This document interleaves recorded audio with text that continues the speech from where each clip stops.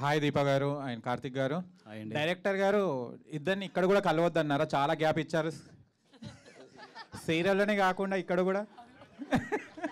ఇప్పుడు హ్యాపీ. ఎప్పుడు దీప అండ్ కార్తిక్ గారు కలిసి ఉంటేనే బాగుంటుంది. అప్పుడప్పుడు కలిస్తేనే బాగుంటుంది. Okay okay. మళ్ళీ రౌడీ బేబీ వన్లో కూడా ఈ గ్యాప్ ఇచ్చిన దానికి నాకు ఏ బాధ్యత లేదు.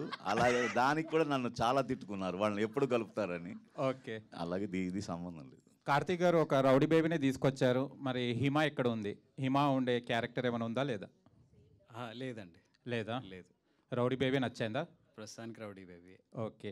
దీప గారు, మీరు అది వంట లెక్కగా చాలా ఫేమస్ అయ్యారు. మీకు వంట వచ్చా?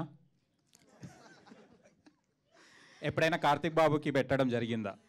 ఈ క్వశ్చన్ తన్ను అడగాల్సింది. తిన్నారా సార్?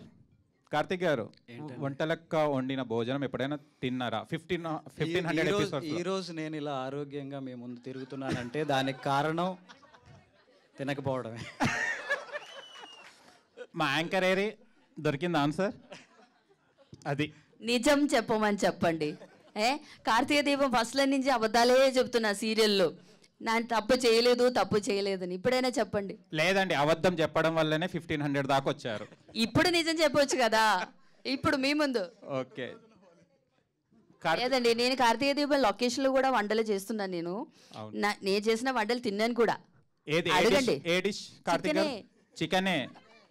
లైవ్ చికెనా? ఓకే. సలాడ్ కాదు, చికెన్. నేను వంటలు చేస్తాను గ్యాప్లు లొకేషన్లో. Okay, thank you so much. Thank you.